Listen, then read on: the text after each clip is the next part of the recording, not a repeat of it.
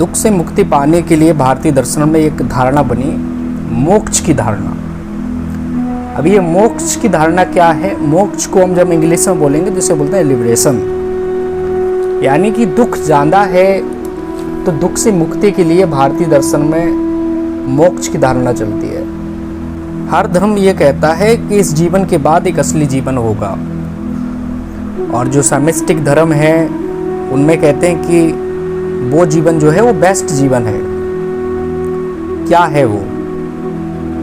वो है स्वर्ग, जन्नत, जिसे हम जन्नत कहते हैं। आपने हर किसी भारत में व्यक्ति के मुंह से सुना होगा जन्नत, और ज़्यादातर ये जन्नत जो शब्द है वो सेमिस्टिक धर्मों में इसका ज़्यादा अर्थ होता है। इसलिए जो यहूदी, ईसाई या मुसलमान का जो मेन उद्देश्य जो रहता है वो रहता है कि जन्नत में जाना। जन्नत का मतलब होता है ईश्वर की दुनिया, क्योंकि जो धारणा है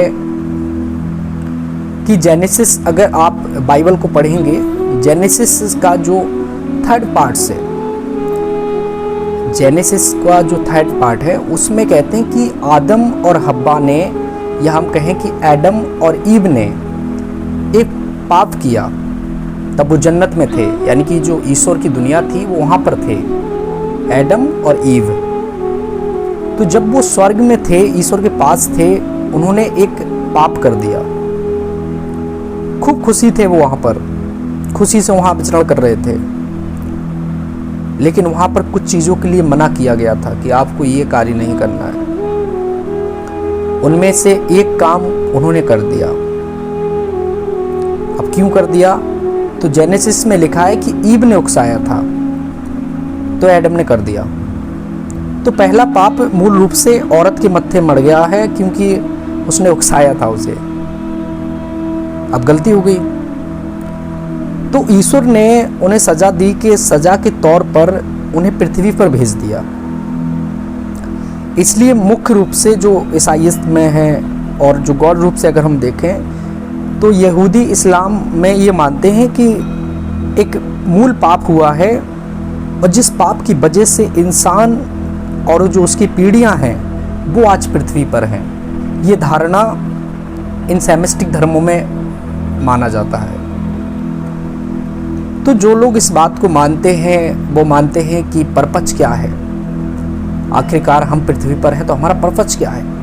तो पर्पज ये है कि वापस वहीं चले जाना, उसी स्वर्ग में वापस लौट जाना, जो कि ईश्वर की दुनिया है, जहाँ से जिस पाप के कारण आज हम यहाँ पर आए हैं, हमें वापस उसी दुनिया में जाना है। इसलिए जो सेमिस्टिक धर्मों में जो परलोक है वो जीवन का उद्देश्य माना जाता है। उनसे पूछेंगे जीवन का उद्देश्य क्या है, तो बताएंगे कि मेरा पर्पज है कि वहीं ईश्वर के पास फिर से जाना, मैं अल्लाह की देन हूँ, अल्लाह के पास ही जाऊँगा। तो ये उद्देश्य होता है उन लोगों का। अगर हम देखें कि भारत में जो मोक्ष है, धारणा उसकी थोड़ा अलग है। जैसे मीमांसा दर्शन जब हम पढ़ते हैं तो मीमांसा दर्शन में शुरुआत में हल्का सा जिक्र आता है।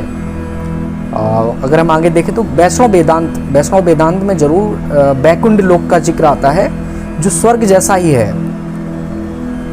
लेकिन भारत में मूल विचार है दर्शन में, भारतीय दर्शन में चारवाक को छोड़कर सबका विचार, जिनमें बौद्ध भी, जैन भी, सबका विचार एक ही है, मोक्ष, लिबरेशन, जिसे हम मोक्ष या मुक्ति कहते हैं। मोक्ष के अलग अलग नाम हो सकते हैं, अलग अलग दर्शनों को जब हम पढ़ते हैं। जैसे जो बौद्ध हैं, बौद्ध क्या मानते हैं? बौद्ध मोक्ष को मानते हैं निर्वाण, जिसे निर्वाण शब्द दिया उन्होंने। जैन बोलते हैं कैबल्य, नाम एक ही है लेकिन उसके अंतर अलग अलग कर दिए। न्याय दर्शन में उपवर्ग भी कहते हैं। मीमांसा जब आप पढ़ोगे तो उसमें लिखा है निस्यरस। तो नाम अलग अलग हैं, और आदि गुरु शंकराचार्य ने उसका नाम दिया मुक्ति। तो मोक्ष को मुक्ति भी कह सकते हैं। लेकिन भारतीय में या भारत के अंदर सभी लोग मानते हैं मुक्ति। सबके मुंह से आपने सुना होगा, तो मुक्ति शब्द आपने स्पष्ट रूप से सुना होगा।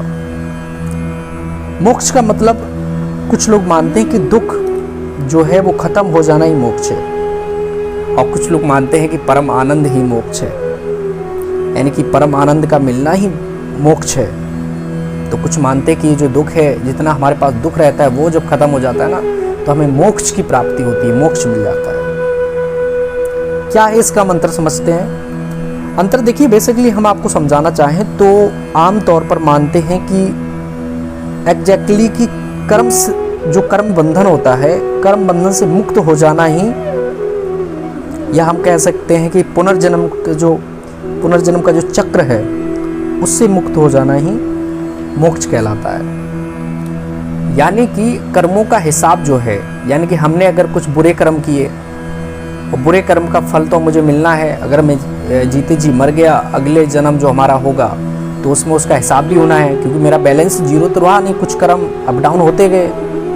तो उन कर्मों का जो हिसाब की जब बारी आएगी तो मुझे फिर से जन्म दे दिया जाएगा, और इस जन्म मृत्यु से मैं हट नहीं सकता, तो जब तक मुझे मोक्ष नहीं मिल सकता। यानी कि जो चक्र है जन्म और मरण का, इससे मैं मुक्त होना चाहता हूँ, इससे मैं मुक्ति पाना चाहता हूँ, उसे बोलते हैं मोक्ष। अगर ज़्यादा अच्छे कर्म कर दिए तो मुझे फिर से जीवन मिल जाएगा, अगर मैंने बुरे कर्म कर दिए तो मुझे फिर से जीवन मिल जाएगा। तो कर्म बंधन से मुक्त होना बहुत ही जरूरी है, भारतीय दर्शन में ये माना जाता है। तो अगर आपका जो बैलेंस है कर्मों का, अगर वो जीरो हो जाता है तो शायद आपको मुक्ति मिलना बहुत ही आसान होता है, और जो जीवन और मरण का जो चक्र है उससे हम मुक्त हो जाते हैं। क्योंकि अगर हमारा बैलेंस जीरो हो जाएगा तो हम पुनर्जन्म होगा ही नहीं, क्योंकि कर्मों के हिसाब से देखा जाए तो अगर हमने अच्छे कर्म किए तो कौन से जीव बनाकर भेजे हमें भगवान, या चूहा बना दे, या बिल्ली बना दे, या खरगोश बना दे, तो कुछ भी बना सकता है। वो तो उसके ऊपर डिपेंड करता है क्या बनाएगा तुम्हें। इंसान भी बना सकता है, डिपेंड करता है, आपके जैसे कर्म रहेंगे। तो जिस दिन कर्मों का बैलेंस एकदम से जीरो हो जाएगा, फिर आपका जो पुनर्जन्म है वो कभी नहीं होगा।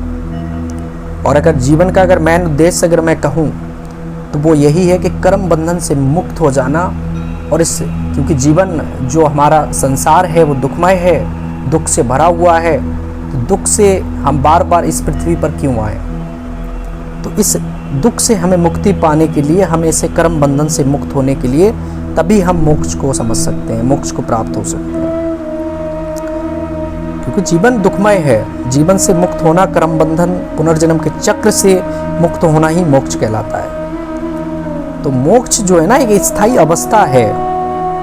जब आप कर्म बंधन और पुनर्जन्म के चक्र से मुक्त हो जाएंगे तो फिर इसके बाद आपका बार बार पैदा होना, मरना, ये सब खत्म हो जाएगा, अब एक ही बार में फ्री हो जाएंगे। तो ये है बेसिकली हमारे भारत में मोक्ष की धारणा। मोक्ष की धारणा को समझते हैं आगे, आपने शब्द सुना होगा कि जो जगत है, ये जो पृथ्वी है, ये आप जिस पृथ्वी को आप गोला कहते हैं, मेरे हिसाब से मैं इस पृथ्वी को गोला कहता हूँ। क्या ये पृथ्वी सच है, जगत सत्य है या असत्य है? काफ़ी लोगों ने इसके काफ़ी विचार दिए हैं, तो मैं आगे उस पर आपसे बातचीत करूँगा।